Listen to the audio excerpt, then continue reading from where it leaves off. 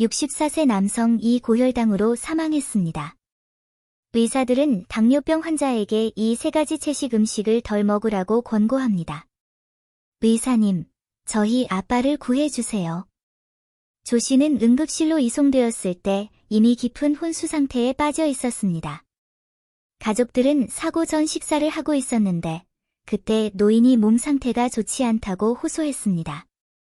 잠시 누워있던 그는 의식을 잃기 시작했습니다. 뇌졸중으로 오인한 아들은 응급치료를 위해 병원으로 급히 이송했습니다. 그러나 응급검사 결과 조 씨는 뇌졸중이 아닌 당뇨병으로 인한 고삼투압성 혼수 상태였습니다. 갑작스러운 발병과 위중한 상황으로 인해 의사들은 진단 후 즉시 치료를 시작했습니다. 그러나 모든 노력에도 불구하고 조 씨는 의식을 회복하지 못하고 안타깝게도 세상을 떠났습니다. 그 후로 가족들은 이해할 수 없었습니다. 평소처럼 식단을 엄격하게 조절해왔고 지난 몇 달 동안 고기를 먹지도 않았는데 매일 채식을 하면서도 어떻게 혈당 수치가 그렇게 오를 수 있었을까요? 의사들은 채식만으로는 혈당을 조절할 수 없으며 일부 요리는 매일 먹으면 혈당 수치가 쉽게 높아질 수 있다고 경고합니다. 1. 어떤 사람들은 매일 혈당을 급등하게 만드는 3가지 음식을 먹습니다. 실제로 많은 당뇨병 환자들이 조 씨처럼 탄수화물과 고기가 혈당을 높이는 음식이라고 생각하고 채식을 하면 혈당을 조절할 수 있다고 생각할 수 있습니다. 하지만 이는 사실이 아닙니다. 일부 채식은 고기보다 혈당을 더 빨리 높일 수 있습니다. 채식에 함유된 항산화제와 섬유질은 식후 혈당 조절과 혈당 반응 개선에 도움이 되지만 채식만 맹목적으로 섭취하는 것은 권장되지 않습니다. 채식의 영양소는 고기, 계란, 우유 및 기타 식품을 대체줄 수 없습니다. 장기간 섭취하면 단일 영양소 섭취로 인해 영양실조를 유발할 수 있으며 이는 건강에 매우 해롭습니다. 더욱이 일부 채식 음식은 보이지 않는 혈당 폭탄이라고 불릴 수 있는데 이는 설탕을 직접 섭취하는 것보다 더 해롭습니다. 특히 다음 3가지 채식 음식은 매일 주의해서 섭취해야 합니다. 1. 전분 함량이 높은 뿌리채소. 예를 들어 감자, 고구마, 얌과 같이 전분 함량이 높은 식품은 인체에 쉽게 소화되고 흡수되어 혈당을 너무 빨리 상승시켜 혈당 조절에 도움이 되지 않습니다. 이러한 식품을 섭취할 때는 주식의 비율을 줄이고 오크라, 시금치 등과 같이 혈당 지수가 낮은 식품과 함께 섭취하는 것이 좋습니다. 2. 가공된 대도 제품. 콩 제품의 지방 함량은 특히 튀기거나 굽는 경우 크게 증가합니다. 과다 섭취는 과도한 지방 섭취로 이어질 수 있으며 위 배출 시간을 늘리고 탄수화물 체류 시간을 늘리며 지연성 식후 고혈당을 유발할 수 있습니다.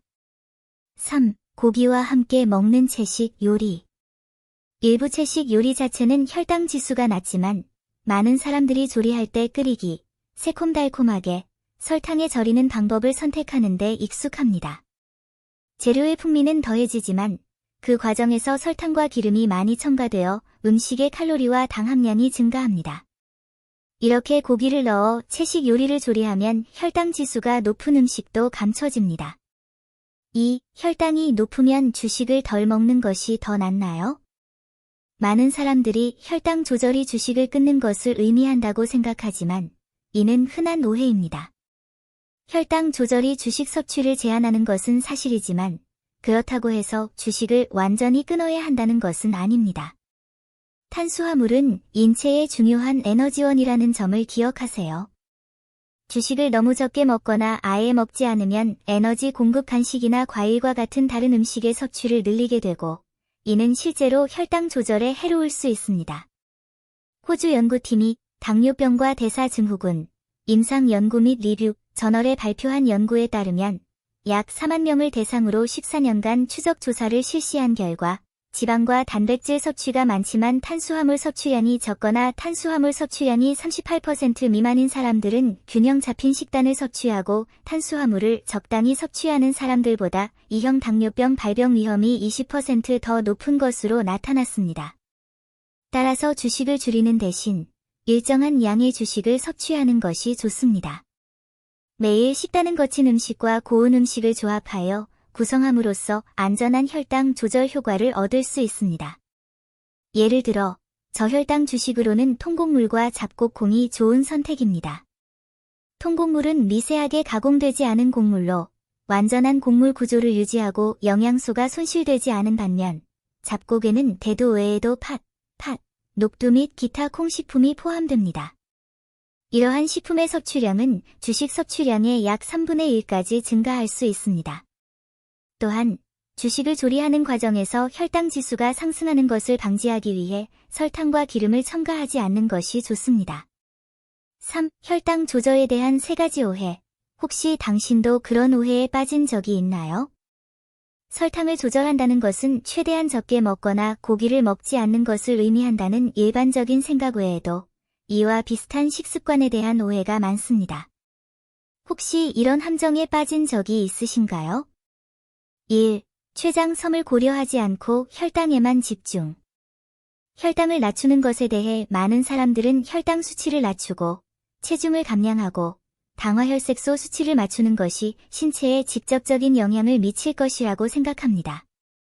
하지만 췌장 기능이 개선되지 않는 근본적인 이유는 간과합니다.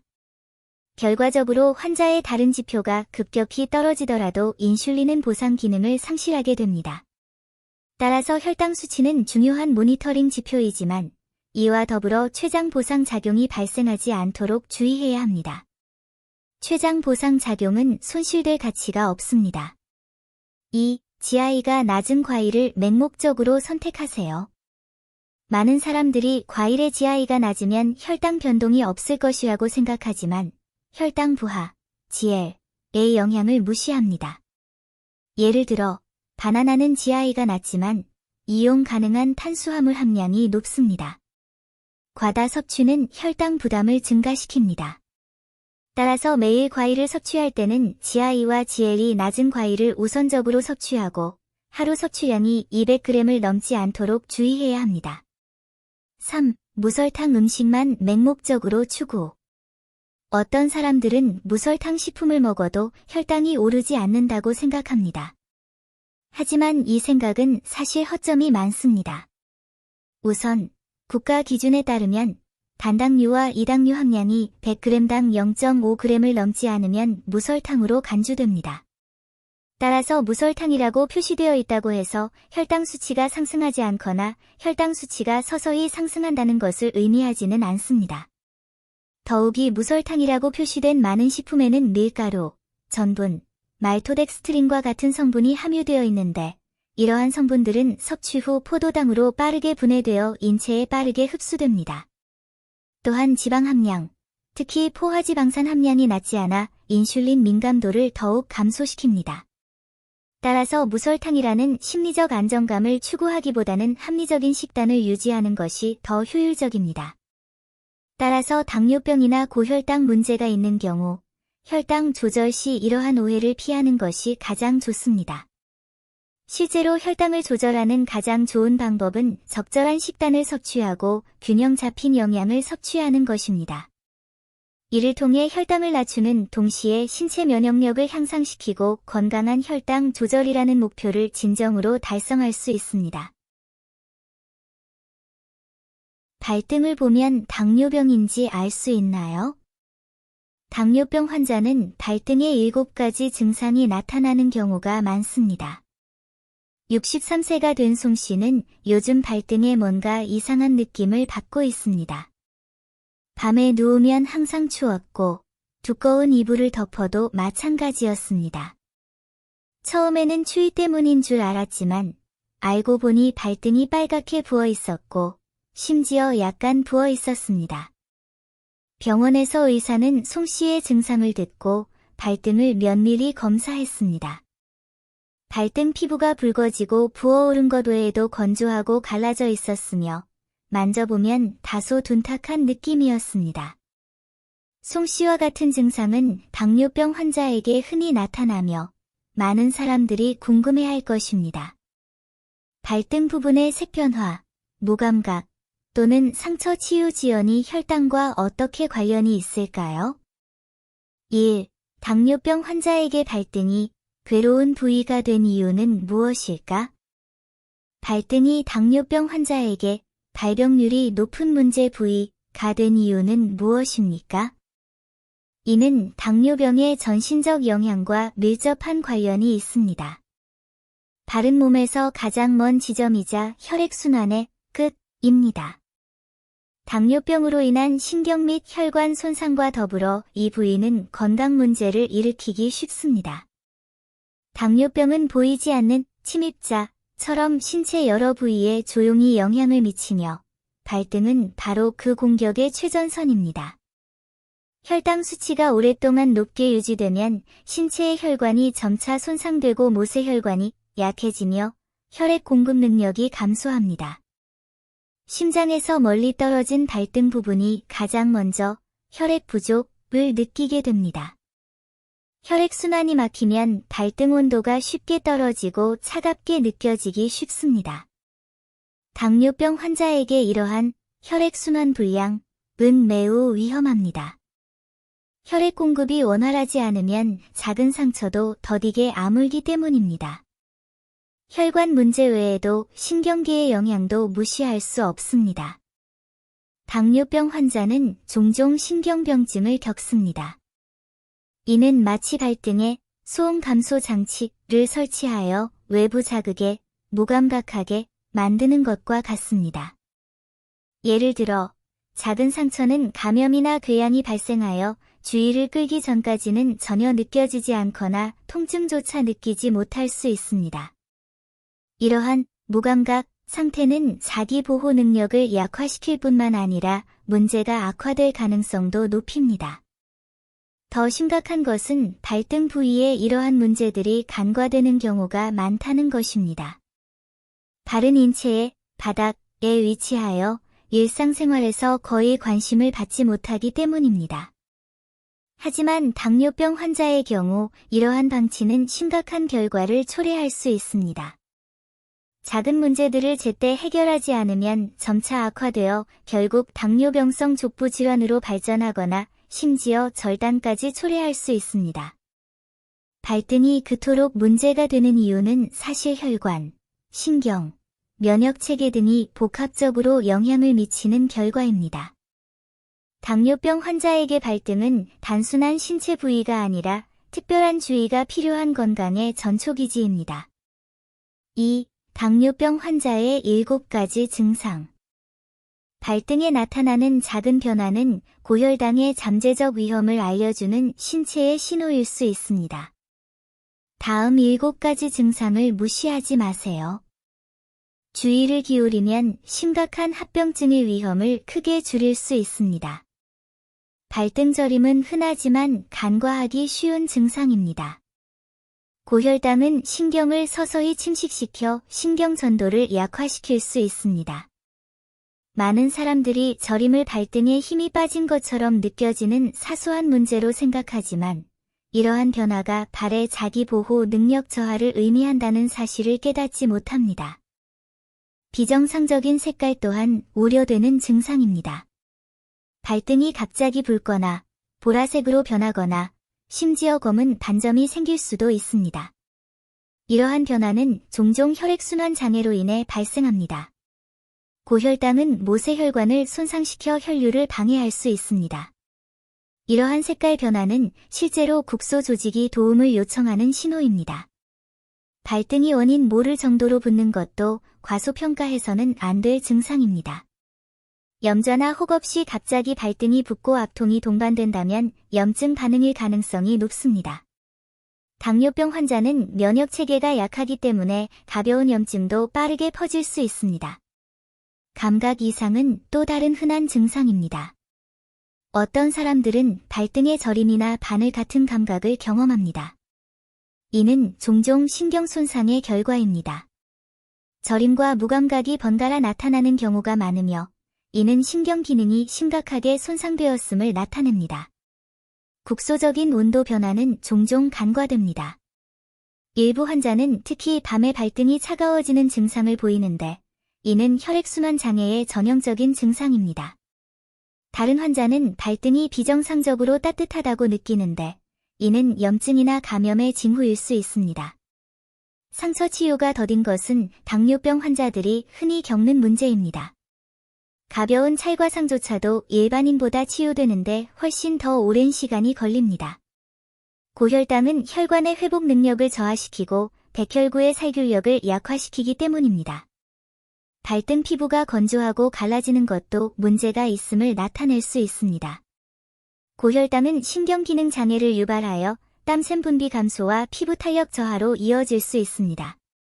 발등이 건조해지거나 갈라지거나 심지어 벗겨지기 시작하면 고혈당으로 인한 발 건강에 또 다른 위협이 될 수 있습니다. 발등에 나타나는 이 7가지 증상은 사소해 보일 수 있지만 고혈당이 신체에 해를 끼치고 있다는 초기 징후입니다. 당뇨병 환자는 발을 주위에 깊게 관찰하고 미묘한 변화가 있는지 정기적으로 확인하는 습관을 들여야 합니다. 신속한 발견과 적절한 조치는 불필요한 통증을 예방할 수 있습니다. 발 건강을 지키는 것은 모든 당뇨병 환자가 스스로에게 해야 할 중요한 약속입니다. 3. 이러한 사소해 보이는 것들은 큰 위험을 초래합니다. 발등의 감각이 둔해지고 궤양이 생기는 것은 겉보기에는 별 문제가 없어 보일 수 있지만 심각한 건강 위험을 초래할 수 있습니다. 이러한 사소한 문제를 무시하면 더 큰 문제로 빠르게 악화될 수 있습니다. 발등 감각 저하증은 당뇨병성 신경병증으로 인해 발생하는 경우가 많습니다. 고혈당은 발의 신경을 서서히 손상시켜 감각이 둔해지거나 심지어 완전히 상실될 수 있습니다. 신발에 작은 돌이 박히거나 가볍게 긁히거나 심지어 심한 화상을 입어도 전혀 알아차리지 못할 수 있습니다. 통증에 대한 경고도 없이 많은 사람들이 부상이 심각해질 때까지 문제를 인지하지 못합니다. 이러한 지연은 감염이 이미 확산되어 생명을 위협할 수도 있음을 의미합니다. 궤양은 흔하지만 위험한 증상 중 하나입니다. 당뇨병 환자는 피부 치유 능력이 약하고 발등은 외부 마찰과 자극에 취약한 부위입니다. 작은 상처도 치료하지 않고 방치하면 궤양으로 발전할 수 있습니다. 설상가상으로 당뇨병은 면역체계를 약화시키고 고혈당은 박테리아 증식의 이상적인 환경을 조성합니다. 작은 궤양은 빠르게 감염되어 발적, 부기, 고름 분비물, 심지어 전신 합병증까지 유발할 수 있습니다. 혈액순환 불량 또한 발등 문제의 주요 원인입니다. 당뇨병은 신체 전체, 특히 발등과 같이 심장에서 가장 멀리 떨어진 부위의 미세혈관에 영향을 미칩니다. 혈류 감소는 발등 피부가 충분한 영양분과 산소를 공급받지 못하게 하여 회복을 지연시키고 상처 치유를 어렵게 만듭니다. 또한 혈류장애는 신체의 약물 및 면역세포 전달 능력을 저하시켜 치료 효과를 크게 떨어뜨립니다. 이러한 문제들은 초기 단계에서는 경미해 보이기 때문에 간과되는 경우가 많습니다. 무감각, 통증, 가려움증, 그리고 작은 궤양은 많은 환자들이 이를 대수롭지 않게 여기게 만들 수 있습니다. 어떤 환자들은 무감각을 통증으로부터 해방시켜주는 축복으로 여기기도 합니다. 그러나 이러한 오해는 환자들이 적절한 치료를 받지 못하게 할 수 있습니다. 당뇨병 환자에게 발등 보호는 일상적인 관리의 일부일 뿐만 아니라 합병증 발생을 지연시키고 삶의 질을 향상시키는 데에도 중요합니다. 통증이 없다고 해서 위험이 없는 것은 아닙니다. 무감각과 궤양은 신체의 경고 신호이며 발견 즉시 조기에 조치를 취하는 것이 중요합니다. 4. 당뇨병 환자를 위한 자가관리 가이드. 당뇨병 환자에게 발등 건강을 유지하는 것은 어렵지 않지만 인내심과 끈기가 필요합니다. 발은 신체에서 가장 자주 사용되는 부위 중 하나입니다. 발등 건강을 과학적으로 관리하면 합병증 위험을 줄이고 삶의 질을 향상시키는 데 도움이 될 수 있습니다. 매일 발을 확인하는 것이 필수적입니다. 당뇨병 환자는 피부색, 체온, 부기 등 발에 미묘한 변화가 나타나기 쉬운데 이는 잠재적인 문제의 경고 신호일 수 있습니다. 발적, 부기, 갈라짐 또는 상처 치유 지연과 같은 이상 징후가 발견되면 즉시 의사와 상담하십시오. 발을 깨끗하게 유지하는 것이 중요합니다. 매일 따뜻한 물로 발을 씻으세요. 특히 발가락 사이는 깨끗이 씻으세요. 하지만 너무 뜨거운 물은 피하세요. 신경병증은 체온 감각을 저하시킬 수 있습니다.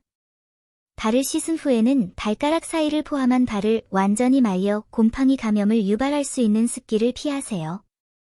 발등에는 보습제를 바르되 발가락 사이에는 바르지 마세요. 박테리아가 서식할 수 있습니다. 적당한 운동은 발 건강에 긍정적인 영향을 미칩니다. 걷기, 간단한 발가락 스트레칭, 발목 관절 운동 등 적절한 운동은 혈액순환을 촉진할 수 있습니다. 하지만 운동 후에는 발의 마모나 이상 여부를 주의 깊게 확인하고 필요한 경우 신발의 편안함을 조절하는 것이 좋습니다. 혈당 조절은 발 건강에 필수적입니다. 혈당 수치를 정기적으로 모니터링하고 식단, 약물 또는 인슐린 투여량 조절에 대한 의사의 조언을 엄격히 따르는 것은 합병증을 줄이는 효과적인 방법입니다. 안정적인 혈당 수치는 발로 가는 혈류를 원활하게 하여 조기 문제를 예방합니다. 전문적인 의료 검진을 소홀히 하지 마세요. 의사나 족부 전문의를 정기적으로 방문하여 발에 대한 정밀 검사를 받으면 숨겨진 문제를 발견하는 데 도움이 될 수 있습니다. 일부 미묘한 이상은 혈류량 모니터링이나 신경 반응 검사와 같은 특수 장비가 필요할 수 있습니다. 발등의 작은 변화에도 주의를 기울이고 조기에 치료하면 삶이 더 편해지고 불필요한 결과를 피할 수 있습니다. 발등의 건강은 매일 세심한 관리가 필요합니다. 결론. 당뇨병은 종종 신체에 미묘한 방식으로 영향을 미치며 발등은 이러한 영향을 가늠하는 바로미터가 됩니다. 감각마비와 변색부터 아물지 않는 상처까지 이 모든 징후는 당뇨병이 단순한 혈당 문제가 아니라 전신질환임을 일깨워줍니다. 당뇨병성 발질환은 흔하지만 심각한 합병증으로 환자의 삶의 질과 건강에 심각한 위협을 가합니다. 질병의 잠복기에서 심각한 감염, 궤저, 심지어 절단으로 진행되는 과정은 갑작스럽게 나타날 수 있지만 실제로는 발 관리와 초기 증상을 소홀히 한 결과입니다. 발등 건강 관리는 복잡하지 않지만 매일 꾸준한 노력이 필요합니다. 발등 건강을 지키는 것은 단순히 몸을 보호하는 것뿐만 아니라 자신의 건강에 대한 책임을 지는 것입니다. 걱정 없는 발걸음과 더욱 안전한 걸음걸이를 갖는 것은 모든 당뇨병 환자에게 실현 가능한 목표입니다. 의사들은 65세 이상의 사람들이 이 4가지 일을 하기보다는 일주일 동안 샤워를 하지 않는 편이 낫다고 경고합니다. 새벽 5시, 박 씨는 이미 마당에서 분주히 움직이고 있었습니다. 고개를 들어 맞은편 건물에서 김 이모도 운동하러 나와 있는 것을 보았습니다. 그는 김 이모에게 인사하고 목욕할 물을 길어왔습니다. 하지만 박 씨는 눈살을 찌푸렸습니다. 어떤 사람들은 나이가 들면서 가장 두려운 것은 더러워지는 것이라고 말합니다. 사실 의사들은 여러 번 이렇게 말했습니다. 목욕을 하지 않는 것보다 더 위험한 몇 가지가 있습니다. 주변에 많은 노인들이 감기에 걸리거나 어지럼증을 느끼거나 심지어 아무 이유 없이 넘어지는 것을 본 적이 있습니까? 겉보기에는 해롭지 않아 보이는 습관들이 실제로는 조용히 몸에 해를 끼치고 있습니다. 노인들이 위생을 최대한 유지하는 것 외에는 신경 쓸 것이 없다고 생각하십니까?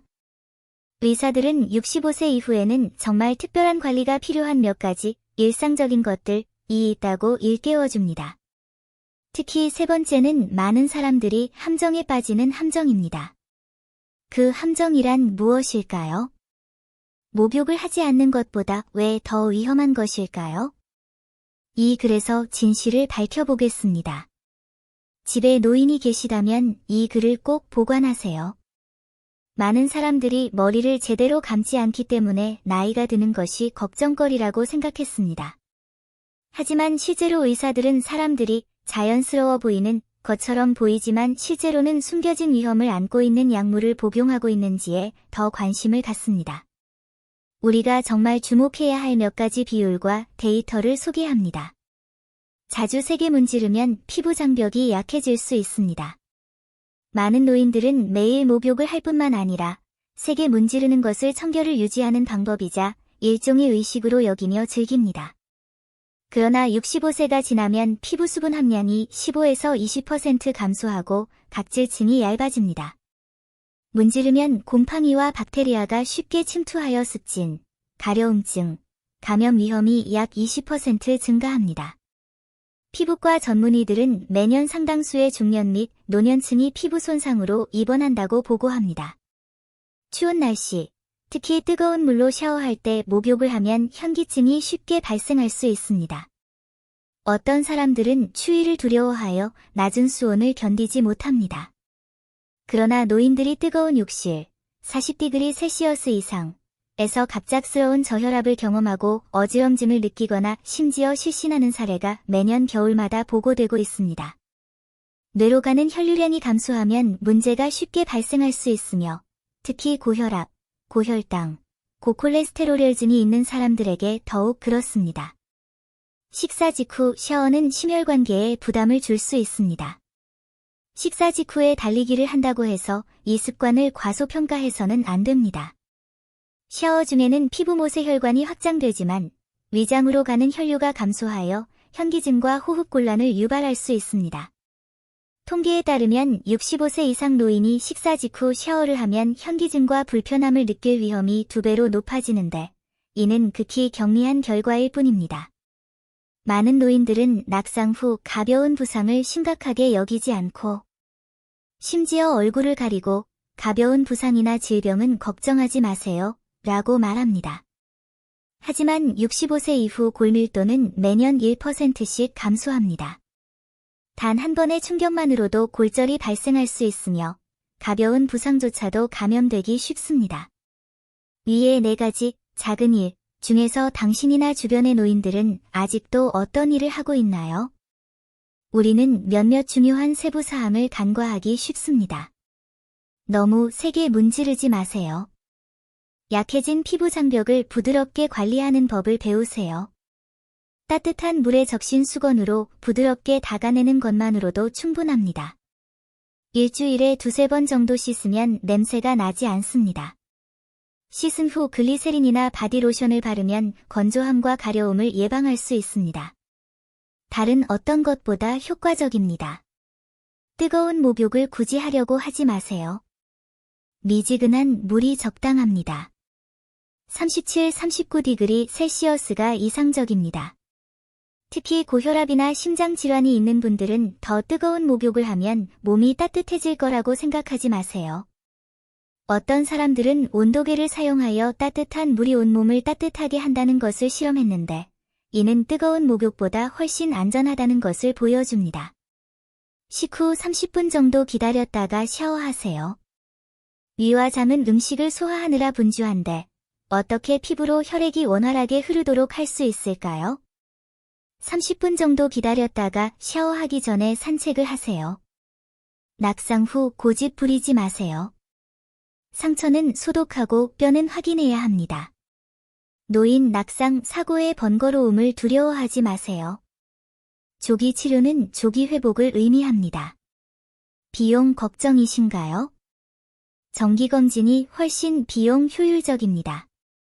어떤 사람들은 사소한 문제가 큰 문제로 이어져 입원했을 때 불쾌한 증상을 호소할까 봐 두려워합니다. 실제로 이를 예방하는 방법이 있습니다. 욕실에서 미끄러짐을 예방하고 조금 느리더라도 환기를 위해 창문을 여는 습관을 들이세요. 욕실에 미끄럼 방지 매트를 깔고 난간을 잡으면 넘어짐 사고를 예방할 수 있습니다. 샤워하는 것은 외롭지 않습니다. 특히 혼자 사시는 어르신들에게는 문 앞에서 가족들이 기다리고 있기 때문입니다. 샤워할 때마다 가족들에게 인사하는 것이 좋습니다. 샤워하러 들어가겠습니다. 라고 간단하게라도 인사하는 것이 좋습니다. 때로는 이 말이 생명을 구할 수도 있습니다. 피부가 건조하다면 기름진 피부를 두려워하지 마세요. 보습제를 더 많이 사용하세요. 글리세린과 스쿠알란이 함유된 스킨케어 제품은 노인에게 좋습니다. 실제로 피부 관리는 잦은 세안보다 더 중요합니다. 의사들도 노인에게 피부 관리를 권장합니다. 규칙적인 업무 및 휴식 일정을 유지하고 적절한 목욕 시간을 선택하는 것이 더 안전합니다. 낮이나 오후에 목욕하는 것이 좋습니다. 혈압이 급격히 변할 가능성이 가장 높은 시간은 아침과 저녁입니다. 특히 혈당이 불안정한 노인의 경우 아침에 햇빛이 충분하고 신체 상태가 가장 균형 잡혀 있는 것이 좋습니다. 매일 운동으로 하체를 강화하세요. 집에서 간단한 다리 들어올리기나 발차기라도 하세요. 몸이 튼튼해지면 부딪히거나 멍이 들더라도 심각한 문제가 발생할 가능성이 줄어듭니다. 연구에 따르면 매일 최소 15분 이상 운동하는 노인은 낙상 위험이 거의 30% 낮습니다. 건강한 삶은 조금씩 만들어지는 것입니다. 지금 실천하는 작은 습관 하나하나가 시간이 지나면서 건강한 몸을 만드는 데 도움이 될 것입니다. 기력 저하, 걸을 때 지속되는 무기력함, 피부 가려움, 샤워 후 어지럼증이 있다면 지체하지 말고 먼저 믿을 수 있는 의사와 상담하세요. 단순히 자신의 건강에 신경 쓰는 것만으로는 모든 위험을 예방할 수 없습니다. 연로하신 가족이 계신 분들은 이 4가지를 기억하세요. 누구나 더 건강한 삶을 살기를 바랍니다. 혈전이 생기면 손과 발이 확실히 알아차립니다. 알림, 손과 발의 4가지 증상은 혈관 막힘을 나타낼 수 있습니다. 은퇴 후 58세의 류 이모는 마작에 푹 빠졌습니다. 어느 날 마작을 하다가 발목을 삐었는데 큰일이라고 생각하지 않고 4시간 동안 계속 마작을 했습니다. 그날 저녁 집에 돌아왔는데 발목이 붓고 아팠기에 활성 오일을 바르고 잠자리에 들었습니다. 그녀는 그 후 3일 동안 침대에 누워 휴식을 취했지만 왼쪽 다리 전체가 점차 붓고 보랏빛으로 변해 굽히는 것조차 힘들어졌습니다. 4일째 되는 날 아침, 갑자기 호흡곤란을 느끼며 왼쪽 다리의 감각이 없어졌습니다. 가족들이 응급구조대에 신고하기도 전에 그녀는 의식을 잃었습니다. 응급인은 하지의 심부정맥 혈전증이 박리되어 발생한 폐색전증이라고 진단했지만 결국 구조는 효과가 없었습니다. 류 이모가 단순한 발목 염좌로 목숨을 잃을 줄 누가 알았겠는가? 1. 혈관은 어떻게 단계적으로 막히게 되나요?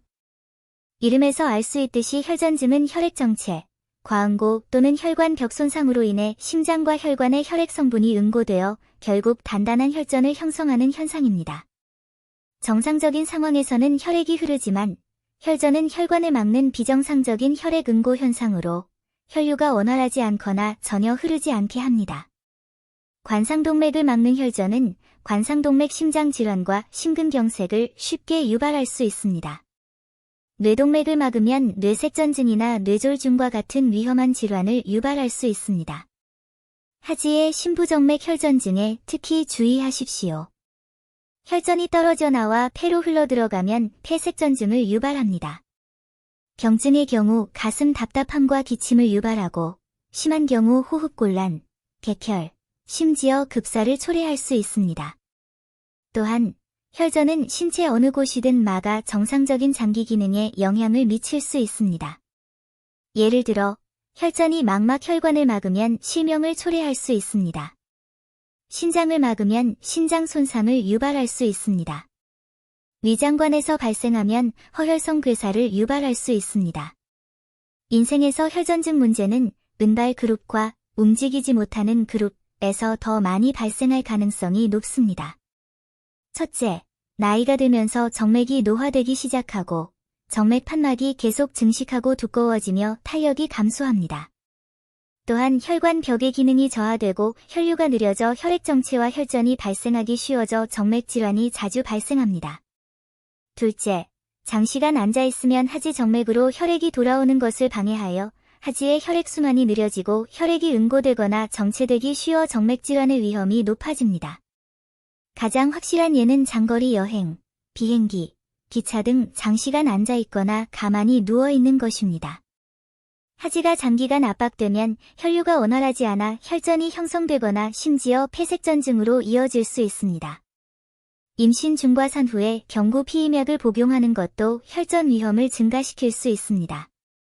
또한 최근 수술을 받았거나 부상이나 골절로 인해 침상에 누워 있었던 환자는 적절한 운동 없이 장시간 휴식을 취하면 혈전이 생길 위험이 더 높습니다. 2. 몸에 5가지 증상이 나타나거나 혈관이 막혔다.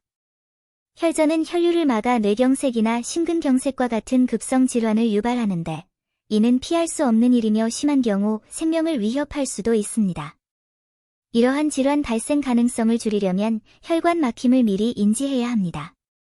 일반적으로 혈관이 막히면 신체에는 5가지 증상이 나타납니다. 1. 잦은 경련. 죽상경화증으로 인한 하지, 동맥 폐색 및 협착은 하지로 가는 혈액 공급을 감소시킵니다. 혈액순환이 원활하지 않아 대사산물이 혈액으로 배출되지 못합니다. 대사산물이 일정 농도까지 축적되면 근육 수축을 자극하여 경련과 통증을 유발합니다. 2. 부종. 혈관 내 혈류가 원활하지 않으면 다양한 정도의 부종이 발생합니다. 일반적으로 부종은 자세에 따라 달라지며 다리처럼 축 처진 부위에 자주 발생합니다. 3. 피로와 무감각. 혈전증은 정상적인 혈류, 특히 혈액순환의 말초 기관인 사지의 혈류에 영향을 미칠 수 있습니다. 혈류 감소는 차가운 피부, 통증, 저림 등 다양한 정도의 불편함을 유발할 수 있습니다. 또한 사지로 가는 혈류가 부족하면 사지의 기능에도 영향을 미쳐 피로와 쇠약을 초래할 수 있습니다. 4. 간헐적 파행. 혈전은 하지의 정상적인 혈액순환을 저해하여 근육의 통증과 불편함을 유발합니다. 적절한 조치를 취하지 않으면 하지에 심각한 허혈로 진행되어 피부 온도 저하, 발등동맥이나 후경골동맥의 맥박 약화 또는 소실, 그리고 절름발이로 나타날 수 있습니다. 후기에는 환자가 걷지 않아도 통증이 지속될 수 있으며 심지어 치유되지 않은 궤양이나 조직 괴사로 발전할 수도 있습니다. 3. 혈전 예방은 운동과 식단이 핵심. 최근 몇 년 동안 혈전과 관련된 급성 질환이 건강 문제의 빈번한 원인이 되고 있습니다. 통계에 따르면 우리나라에서는 매년 250만 명이 혈전을 앓고 있으며 약 160만 명이 혈전으로 사망합니다. 혈전을 어떻게 예방할 수 있을까요? 핵심은 바로 운동과 식단입니다. 오른쪽을 가리키는 까만 삼각형 움직임. 혈전을 피하려면 활동적인 생활이 필수적입니다. 조깅, 걷기, 자전거 타기는 신진대사를 촉진할 뿐만 아니라 혈액순환을 촉진하여 혈전 위험을 줄이는 데 도움이 되는 훌륭한 운동입니다. 일주일에 3에서 5회, 매회 30에서 40분씩 운동하는 것이 좋습니다. 오래 앉아 계시는 분들은 가끔씩 일어나 몸을 움직여 주셔야 합니다. 이렇게 하면 혈액순환이 좋아질 뿐만 아니라 기운을 회복하고 어깨와 목 통증을 예방할 수 있습니다. 오른쪽을 가리키는 까만 삼각형 먹다. 혈전은 어느 정도 먹는 것과 밀접한 관련이 있습니다. 가능하다면 피해야 할 3가지 음식이 있습니다. 1. 고염식.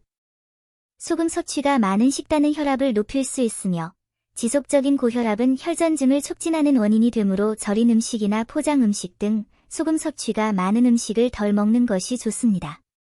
2. 고당분 식단. 예를 들어 케이크, 주스, 디저트와 같은 고당분 식품은 혈당 수치를 쉽게 높일 수 있습니다. 혈당 조절을 방해할 뿐만 아니라 신체의 염증 반응을 악화시켜 혈관에 지방이 축적되도록 하여 동맥경화 위험을 증가시킵니다. 3. 고지방 식단. 고지방 식단은 과도한 콜레스테롤 섭취로 이어져 혈중 점유도, 지단백 콜레스테롤 농도를 증가시켜 혈전증 및 심혈관 질환 위험을 높일 수 있습니다. 동물성 내장과 지방이 많은 고기는 모두 고지방 식품이므로 매일 과다 섭취하는 것은 권장하지 않습니다. 광저우 의과대학 제1부속병원 혈관외과 주임의 왕혜양 고혈압, 고지혈증, 당뇨병 환자는 혈전증에 걸리기 쉽다고 합니다. 원발 질환을 치료할 때 혈전증 위험을 줄이기 위해 항응고제를 함께 복용하는 데에도 주의해야 합니다. 노령층이나 장시간 앉아있는 사람들은 혈전이 생기기 쉽습니다. 혈전 위험을 줄이기 위해 운동과 식단부터 시작하는 것이 좋습니다. 동시에 자신의 건강에도 주의를 기울여야 합니다. 혈관 막힘이 의심되는 증상이 나타나면 즉시 의사의 진료를 받고 부주의해서는 안 됩니다.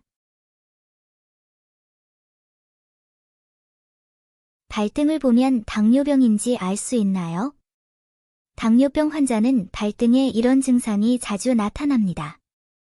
1년 전 30대였던 오 씨는 갑자기 발에 이상이 생긴 것을 느꼈습니다. 가끔은 설명할 수 없을 정도로 건조하고 가려운 느낌이 들고 피부가 전체적으로 부어오르기도 합니다. 게다가 탄력을 잃고 아주 뻣뻣해지기도 합니다. 이런 상황에서 오 여사는 매우 걱정이 되었습니다. 왜 갑자기 발이 이렇게 된 걸까요? 그녀는 급히 가족들에게 병원 검진을 받으러 가자고 부탁했고 곧 병의 원인이 밝혀졌습니다. 혈당이 너무 높아서 당뇨가 있는 줄 알았어요. 다행히 증상은 비교적 경미했고 모든 게 잘 조절되고 있었어요. 앞으로 몸 관리를 잘한다면, 그리고 가오 씨가 아직 비교적 젊은 것을 고려하면 회복할 수 있을 것입니다. 1. 발등을 보면 당뇨병을 알 수 있다. 지역사회의 많은 사람들은 당뇨병이 있는지 알고 싶을 때, 때로는 병원에 가서 검진을 받을 필요 없이 발등만 만져도 알 수 있다고 말합니다. 간단히 말해서 당뇨병은 신체의 혈당이 너무 높아서 일련의 합병증이 발생하는 것을 의미하는데 그중 하나가 발에 나타납니다. 현재 선천적 유전적 요인과 후천적 나쁜 생활 습관 외에도 당뇨병의 또 다른 주요 원인은 면역체계의 손상입니다. 이로 인해 면역체계가 설명할 수 없는 이유로 신체의 췌장세포를 공격하게 되고 그 결과 인슐린 분비가 감소하고 결국 당뇨병이 발생합니다. 인체 내부의 많은 미세한 혈관과 신경이 손상되는데 특히 하지 동맥의 협착이나 폐쇄가 그렇습니다. 이로 인해 발로 가는 혈액 공급이 감소하여 허혈이나 괴사와 같은 문제가 쉽게 발생할 수 있습니다. 이를 당뇨병성 발이라고 합니다. 게다가 고혈당은 인간의 신경계에 특정한 손상을 일으킬 수도 있습니다. 신경 손상이 충분히 심해지면 하지의 문제를 느낄 수 없게 됩니다. 실제로 느낄 때쯤이면 문제는 상당히 심각해질 것입니다. 이 과정에서 발은 다양한 감염에 취약하며 혈관과 신경이 이중으로 손상되어 적절한 시기에 감염을 관리하고 치료하기 어렵습니다. 감염은 심부 조직으로 퍼져 절단으로 이어질 수도 있습니다. 따라서 모든 사람은 발의 변화에 더 많은 주의를 기울여야 하며 특히 나이가 많거나 생활 습관이 좋지 않은 사람이라면 더욱 그렇습니다. 이들은 당뇨병 발병 위험이 높은 사람들입니다. 가장 중요한 것은 발이 붓거나 색이 어두워졌는지 또는 손상이나 감염이 있는지 확인하는 것입니다. 이상이 발견되면 당뇨병성 발을 예방하기 위해 적절한 시기에 병원에 가서 검사를 받아야 합니다. 2. 발등에 나타나는 어떤 증상이 당뇨병의 시작을 나타냅니까? 앞서 언급했듯이 당뇨병을 앓으면 발, 특히 발등의 증상이 나타나기 쉽습니다. 발등에 다음과 같은 증상이 나타나면 당뇨병이 다가오고 있다는 신호일 수 있으므로 조심해야 합니다. 1. 갑작스러운 통증. 발등이 갑자기 가끔 아프다면 바늘에 찔린 것 같은 통증, 불에 데인 것 같은 통증, 감전된 것 같은 통증 등으로 매우 불편함을 느낄 수 있습니다. 이런 일이 일어나면 몸을 뒤척이며 고통을 느끼게 되고 손으로 살짝 건드리기만 해도 통증이 더 심해집니다. 게다가 이러한 증상은 낮보다 밤에 더 자주 나타나며 이로 인해 많은 사람들이 제대로 잠을 잘 수 없습니다. 이런 증상이 나타나면 당뇨병이 발병했을 가능성이 높습니다. 당뇨병은 일반적으로 말초신경병증으로 인해 발생하며 이로 인해 사람들은 견딜 수 없는 통증을 겪습니다. 2. 발등 부분의 무감각. 발등에 마치 수많은 개미가 기어다니는 것처럼 자주 마비감을 느낀다면 바깥의 추위나 더위를 느낄 수 없고 통증조차 느끼지 못할 수도 있습니다. 이런 경우에는 당뇨병일 가능성이 있으므로 세심한 주의를 기울여야 합니다. 앞서 언급했듯이 당뇨병 환자는 신경 손상을 겪는 경우가 많기 때문입니다. 손상이 발생하면 사람들은 온도와 하체, 특히 발의 통증에 덜 민감해지거나 심지어는 전혀 느끼지 못하게 됩니다. 이런 경우 발 피부가 손상되어 피가 나면서도 아무것도 느끼지 못하는 경우가 많습니다. 이로 인해 상처를 제때 치료하기 어려워지고 상처 감염 위험이 커집니다. 3. 발등이 가렵고 건조함. 발등 피부가 갑자기 매우 건조해지고 거칠어지고 심지어 가려워진다면 당뇨병의 증상일 수 있습니다. 당뇨병 환자는 일반적으로 땀샘 분비 기능에 이상이 있어 피부에서 땀을 분비할 수 없습니다. 땀으로 영양분을 공급받지 못하면 피부는 자연스럽게 쉽게 건조해지고 다양한 박테리아를 쉽게 흡수하게 되어 때때로 피부가 건조하고 가려워집니다. 4. 차갑고 흰 발등. 발등 부분을 만져보면 차가움이 많고 피부의 탄력이 부족하거나 피부색이 창백하고 병약해 보이며 발등 부분의 땀샘이 거의 없는 것을 볼 수 있습니다. 이러한 증상은 당뇨병으로 인해 발생할 수도 있습니다. 혈당이 상승하면 혈액순환이 느려지고 혈액순환이 나빠질수록 발이 얻을 수 있는 혈액과 영양분도 점점 줄어들게 됩니다. 이런 경우에는 발등이 차갑고 하얗게 변하는 증상이 나타납니다. 5. 발등 부기. 당뇨병이 있는 사람들은 발등이나 발의 다른 부위가 부어오르는 경우가 더 흔합니다.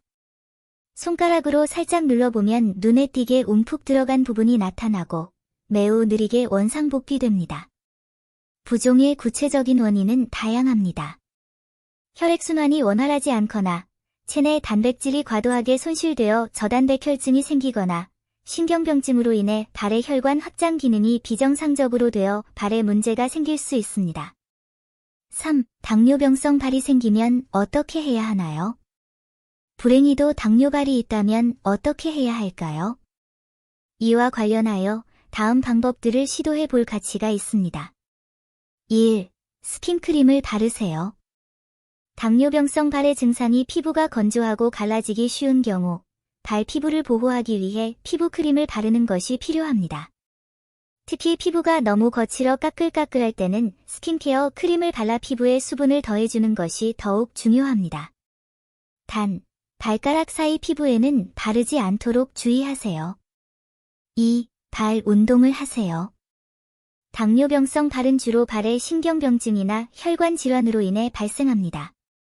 따라서 적절한 발 운동을 하거나 발을 가볍게 마사지하면 이러한 질병을 크게 개선하고 발의 혈액순환을 촉진할 수 있습니다.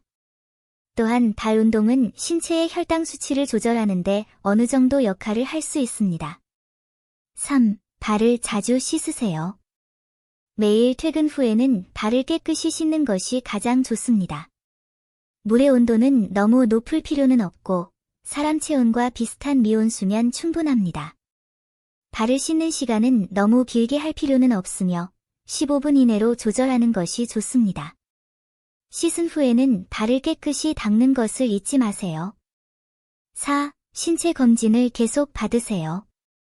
당뇨발을 잘 예방하거나 치료하려면 가끔씩 신체 검사를 받는 것이 필요합니다. 특히 혈당 수치, 하지 혈관 상태 등을 주의 깊게 살펴야 합니다. 이상이 발견되면 적절한 시기에 개입할 수 있습니다. 발궤양, 감염 등이 발생하면 가볍게 여겨서는 안 되며 치료를 미루지 않도록 주의해야 합니다. 5. 올바른 양말과 신발을 선택하세요. 당뇨병성 발 질환이 있는 사람들은 일상생활에서 발이 편안하도록 최선을 다해야 합니다. 이런 상황에서는 가능한 한 통기성이 좋고 질감이 부드러운 양말과 신발을 착용해야 합니다. 발에 더 해로운 하이힐이나 뾰족한 앞부분의 신발은 덜 자주 신도록 하세요. 많은 사람들이 이런 신발을 너무 자주 신는데 이로 인해 발의 신경과 혈관이 장시간 압박을 받아 다양한 문제가 발생합니다. 6. 혈당 수치를 엄격하게 조절하세요. 이는 당뇨병성 족부 질환을 예방하고 치료하는 데 중요한 수단이기도 합니다. 증상이 경미한 경우 일상적인 식단과 생활 습관을 통해 천천히 조절할 수 있습니다. 반대로 상황이 더 심각하다면 인슐린 주사를 고려하거나 의사의 처방대로 약을 복용하여 혈당을 조절하는 것을 고려할 수 있습니다. 혈당을 조절해야만 당뇨병성 발 질환을 예방할 수 있습니다. 7. 부상을 피하세요. 일상생활 속에서 발을 잘 관리하고 절대 다치지 않도록 해야 합니다. 한 번 다치면 감염되기 쉽습니다. 결론. 간단히 말해서 당뇨병인지 알고 싶다면 병원에 가서 검진을 받을 필요가 없는 경우도 있습니다. 먼저 발 상태를 더 자주 관찰하면 됩니다.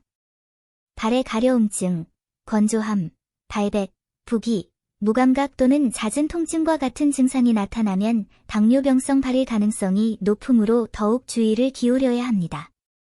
당뇨발이 생기면 즉시 치료를 받는 것 외에도 발을 잘 관리하는 데 특별한 주의를 기울여야 합니다. 발이 차가워지지 않도록, 다치지 않도록, 압박받지 않도록 해야 합니다. 이런 방법으로만 증상을 효과적으로 완화할 수 있습니다.